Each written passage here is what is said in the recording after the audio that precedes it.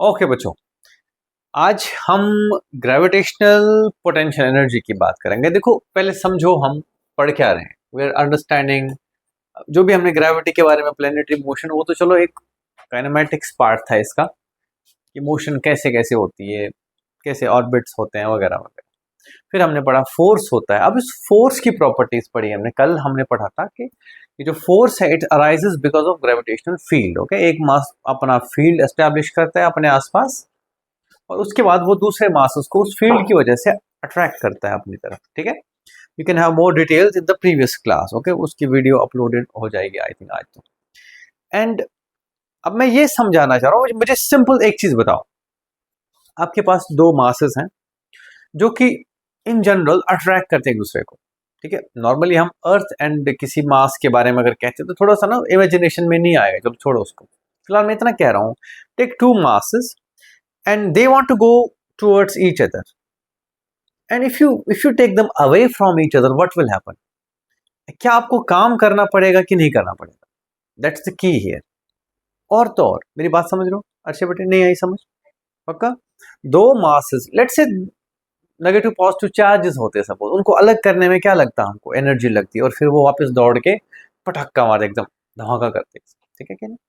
दो mass which have an attractive interaction, तो वो एक दूसरे से अलग नहीं होना चाहते हैं। नॉर्मल इतनी सी बात हम समझते हैं। We have a very basic example is, ये अर्थ है। अर्थ से अगर एक मास हम दूर ले जाते हैं तो ये कहाँ आ जाता है? वापस। It's as good as saying कि वन मास अनदर मास, जब दूर ले जाओगे तो दे रन बैक। दूर ले जाना आपसे काम कराएगा। समझ रहे हो मेरी बात? दैट मीन्स जो भी आप काम करेंगे वो जाता कहाँ है?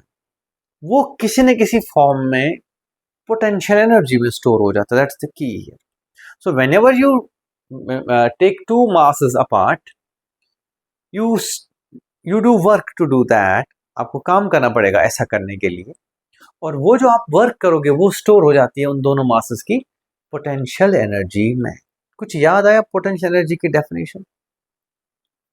Potential energy was an energy only associated with conservative forces, जो कि एनर्जी स्टोर कर सकते थे।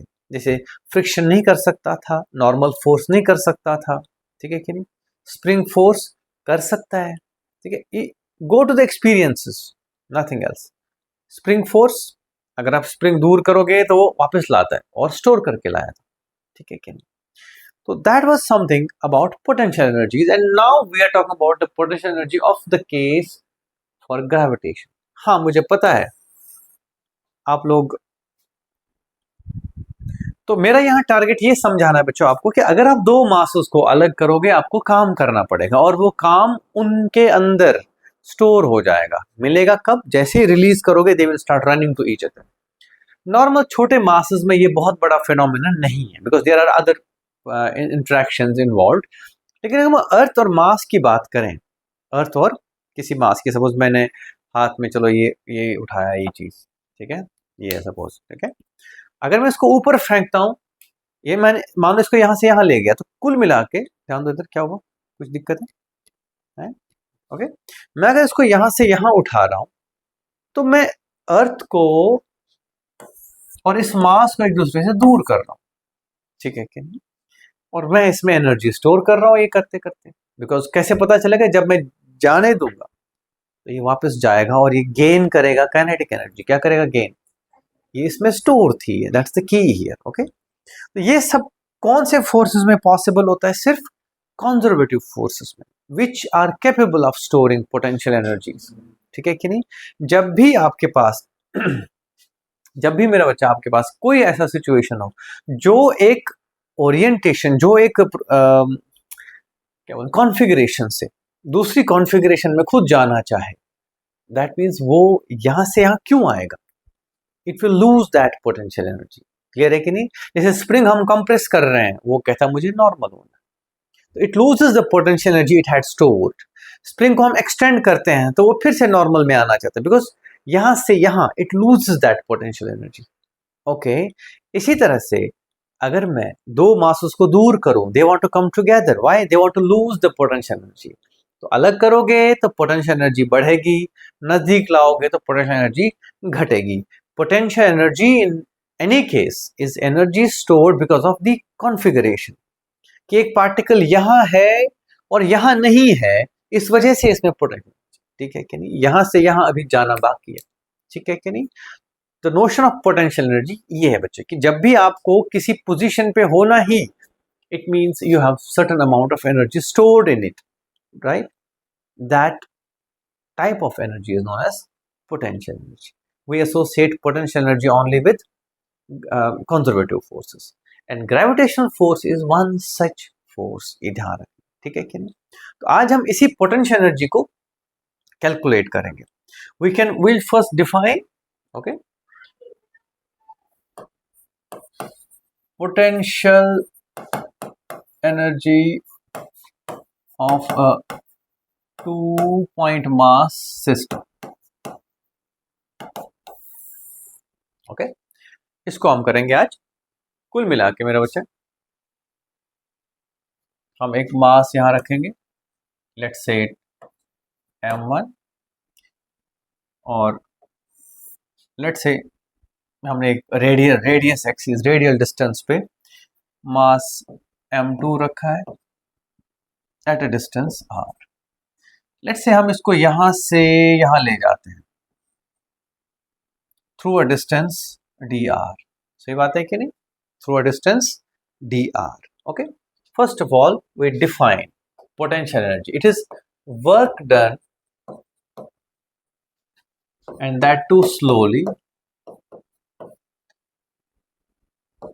in bringing a mass from infinity to a given location around another mass. मैं कहूँगा पहले तो m1 रखा था यहाँ पे, उसका कोई लेना देना नहीं है, कुछ भी नहीं था यहाँ पे, m1 रखा था। m1 रख के m2 को इन्फिनिटी से लाके यहाँ रखना है हमने। वो जो हम वर्क करेंगे, हम कौन, क्या बोला मैंने, हम जो वर्क करेंगे, यहाँ पे लिखा है work done in, work done by us, ये ध्यान रखना, ओके। ये पोटेंशियल एनर्जी की डेफिनेशन भी है, अगर आप ऐसे देखोगे, याद है कुछ, work done by the external force but slowly, by external force but, हम जो काम करेंगे कहीं पे भी किसी भी सिस्टम पे, अगर वो कंजर्वेटिव फोर्स के अंडर आता है तो हम जो काम करेंगे वो स्टोर हो जाता है, ठीक है, दैट्स इट। बस बच्चों कंटेक्स्ट बदला है। अब हम जब अर्थ के ऊपर मास उठाते थे ऐसे, तो हम mgh बोलते थे, उसकी वजह है कि हम mg को कांस्टेंट मानते थे। क्या मानते थे? बट मैंने कल ही बोला था कि इट्स नॉट, हमने देखा वेरी कैसे करता है, दूर जाओगे तो कम होगा, स्फीयर के अंदर आओगे तो भी कम होगा, ठीक है कि नहीं। तो we are getting into more and more realistic situation, fine. तो फिलहाल समझ आया कि नहीं है? Definition, work done in bringing a mass from infinity to a given location around another mass is defined as potential energy of two mass system. It doesn't matter कि आप m2 को रखे रखो, m1 को ले आओ, it's one and the same thing. Clear है कि नहीं? It doesn't matter. आप एक काम को, दोनों को दूर रख दो और फिर दोनों को यहाँ ला के रखो, it doesn't matter, because potential energy is only dependent on initial and final positions, not the way you achieve those positions. ये लिखना है ना। Potential energy is dependent only on initial and final locations, not the paths. Actually, अगर आपको याद हो, this is the property of conservative force, that work done by conservative force is independent of the path. याद है कि नहीं? It depends only on the initial and the final. हाँ, लेकिन मैं समझाऊंगा हो क्या रहा है, ठीक है। यस,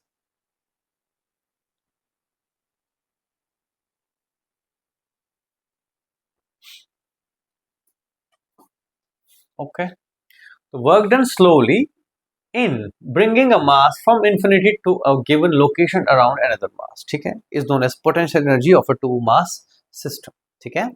लेकिन ये अचीव हम, चलो हमने डिफाइन कर दिया, लेकिन इट डजंट मीन कि अगर आप m1 को लाओगे, m2 ऑलरेडी है तो भी वही वर्क मिलेगा, या अगर m1 m2 ऑलरेडी दूर है, हम दोनों को भी लाके यहाँ रख देना तो कोई फर्क नहीं पड़े, it's one the same. Okay, कुल मिला के आइडिया है कि फाइनल ओरिएंटेशन में लाके रख दो, इनिशियली दूर से दूर रहने चाहिए दोनों। That is the idea of potential energy of a system of two masses. Clear है कि नहीं?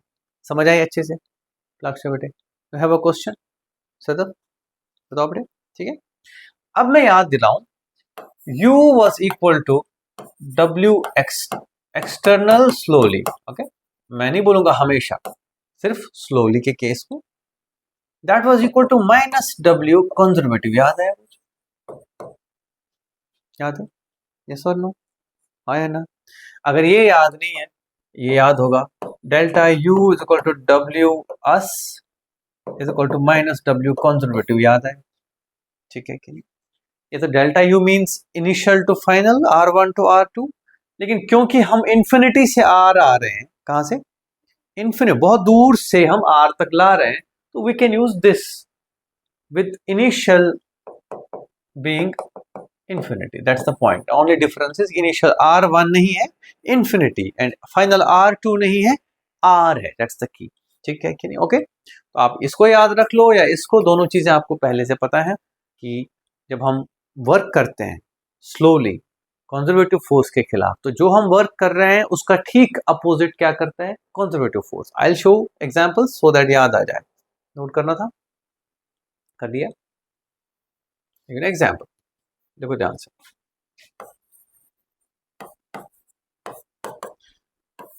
अगर मैंने इसको धीरे धीरे धक्का दिया, इसको x अमाउंट से कंप्रेस किया, मैंने कुछ वर्क किया, I have done a work 1/2 kx²।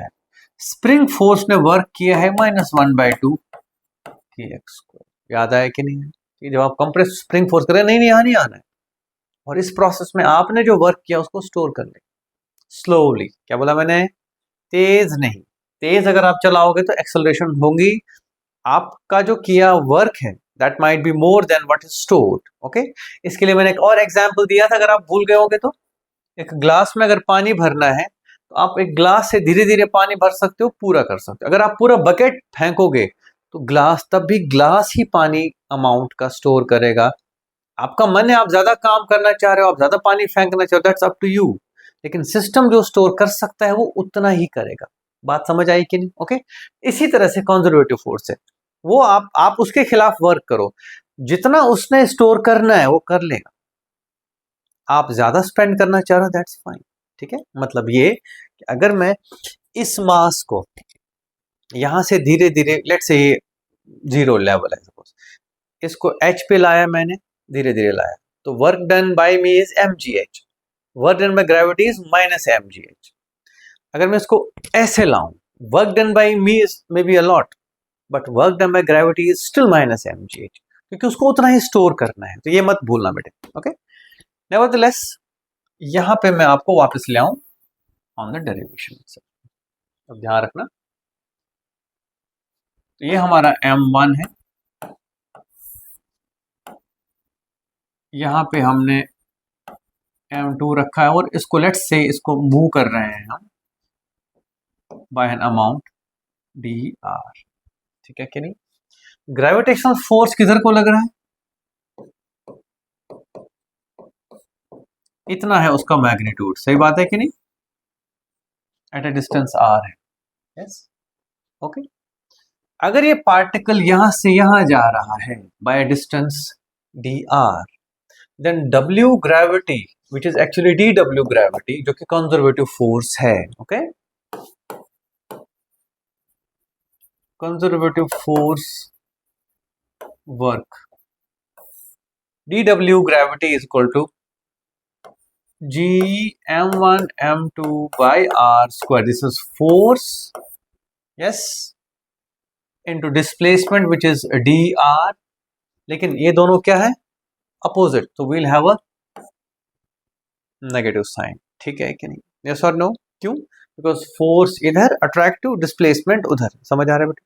ठीक है, ऑरिजिन यहां फिट करो, पॉजिटिव डायरेक्शन ये मान। ठीक है कि यस और नो? कोई दिक्कत बेटे? इसको मैं कहूंगा ठीक है, इस एक्सप्रेशन को WG अगर मुझे निकालना है तो मुझे इंफिनिटी से R तक, मान लो मैं इंफिनिटी से उठा के कहां तक लाया इसको, यहां पे, तो work done by gravity in this case होगी बेटे Gm1 m2 by R square dr। Okay, इसको निकाल लेते हैं, that is minus Gm1 m2 integration of R square minus is minus 2 plus 1 by minus 2 plus 1 from infinity to R। This is W gravity bete। This is minus minus plus Gm1 m2 1 by R infinity से R, that's equal to Gm1 m2 1 by R minus 1 by infinity। तो मेरे बच्चे that's equal to Gm1 m2 by R। This is W gravity. Please and please don't confuse this with anything else. आप यहां तक note कर लो,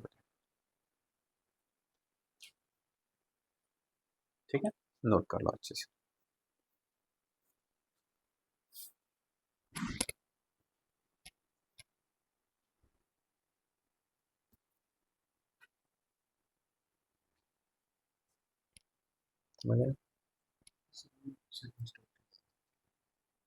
integrate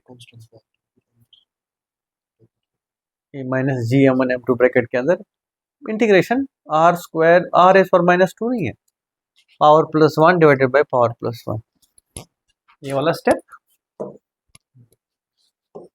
x raised power n dx is equal to x raised power n plus 1 by n plus 1, याद आया? तो x यहाँ पे r is power minus 2 dr is equal to r is power minus 2 plus 1 by minus 2, sorry, हाँ of course 1 by r square, ठीक है कि नहीं? चलो क्या हो, टफ लगा? टफ लग रहा है? देखो बेटे कॉन्सेप्ट इतना ही है कि जब भी आप मासेस की पोजीशन चेंज करोगे तो वो यूं ही नहीं होगा, बिकॉज चक्कर क्या है, सोचो, ये दो मासेस हमेशा एक दूसरे को अट्रैक्ट करके रखेंगे, ठीक है? यस। तो मान लो सपोज अगर हम देखें कहीं पे भी अगर दो चीजें एक दूसरे से चिपकी हुई हैं, उनको दूर करने के लिए you need to exert force, you need to spend energy, otherwise it will not happen, ठीक है? That's the key. हम भी इस वक्त सपोज मैं इस वक्त मैं चिपका हुआ हूँ लैंड सरफेस, जस्ट इमेजिन ये लैंड है, मैं इस पे चिपका हूँ, ये अर्थ है और मैं इस पे अगर मैं उठना चाह रहा हूँ, I will have to spend energy, I will have to push myself, यूं ही नहीं उठूंगा, क्लियर है कि नहीं? नहीं तो ऐसे होने लग गया तो फिर क्या होने लगता है, मान लो आप लोग यहाँ आ रहे हो और अचानक से उड़ रहे हो, है ना, फिर कहीं और पहुंच रहे हो, कहीं यहाँ और सही बात है। It's the key, we are stuck with earth, हमें अलग करने के लिए एनर्जी चाहिए, ये बात समझो। तो सबसे पहली चीज है, ठीक है, मान लो मैं एक मास को धीरे धीरे धीरे धीरे यहाँ से उठा ही रहा हूँ तो मुझे एनर्जी लगेगी, ये बात क्लियर है? फिर हम डेफिनेशन पे आ गए ना, don't confuse the concept of potential energy with the definition. Definition is convention, क्या है वो माना गया है, सबने कहा है कि ठीक है यार कैसे डिफाइन करें। मान लो अगर मुझे काम करना पड़ता इन्फिनिटी से एक मास धीरे धीरे लाना है, क्या लाना है, ये बात ध्यान रखना, इन्फिनिटी से मास धीरे धीरे लाना है अर्थ के या किसी मास के दूसरे के मास के नजदीक, तो हमें कितना काम करना पड़ेगा, that is potential energy stored in the system. अभी देखते हैं, अभी तो मैंने कुछ भी नहीं, मैंने निकाला W ग्रेविटेशन, क्या निकाला मैंने, please listen to me, this is W gravitation, सही बात है कि नहीं? इसका मतलब समझना बेटे, it's very important.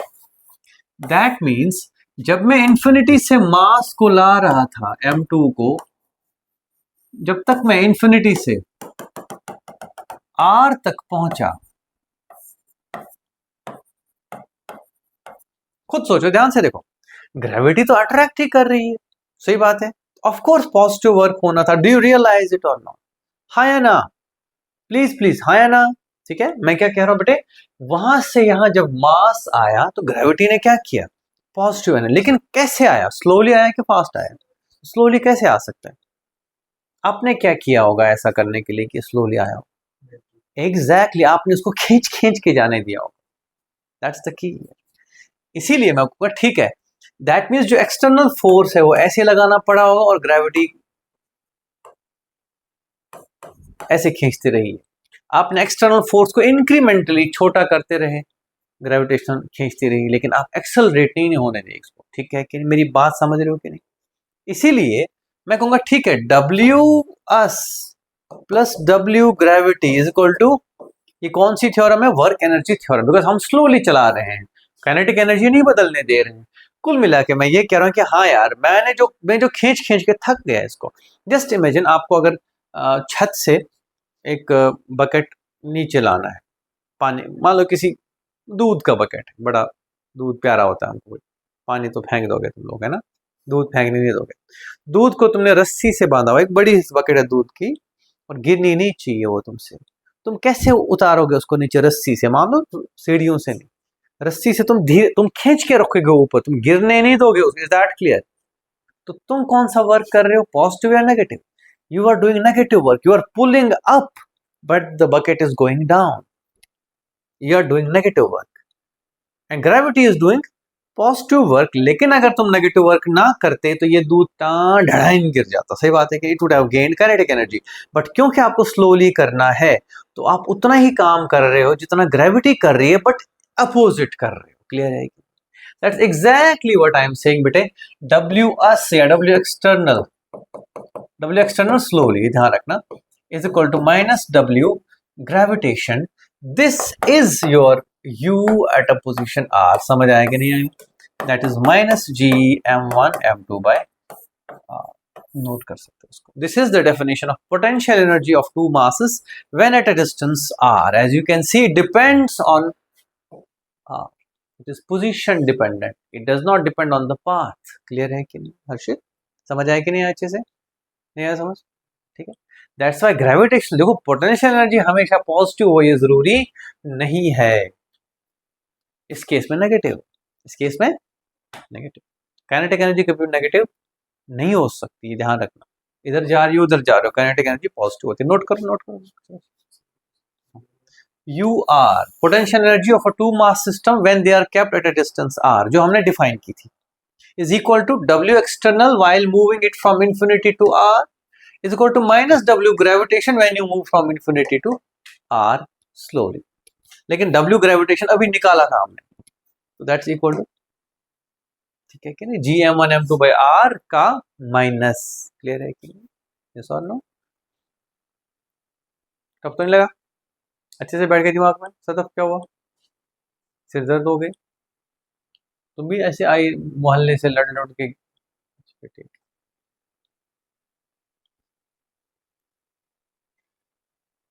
Yes, any doubts here? अच्छे से समझ आया? ठीक है, देखो बेटे, डेफिनेशन से घबराओ नहीं, बिल्कुल भी। मैं ये सजेस्ट करूंगा कि जो मैंने यहाँ कन्वेंशन बनाई थी ना कि पॉजिटिव, इसको यही रहने देना, हमेशा यही रखना। लिमिट आपने किया है इन्फिनिटी से आर, वो खुद टेक केयर करेगा इस चीज का।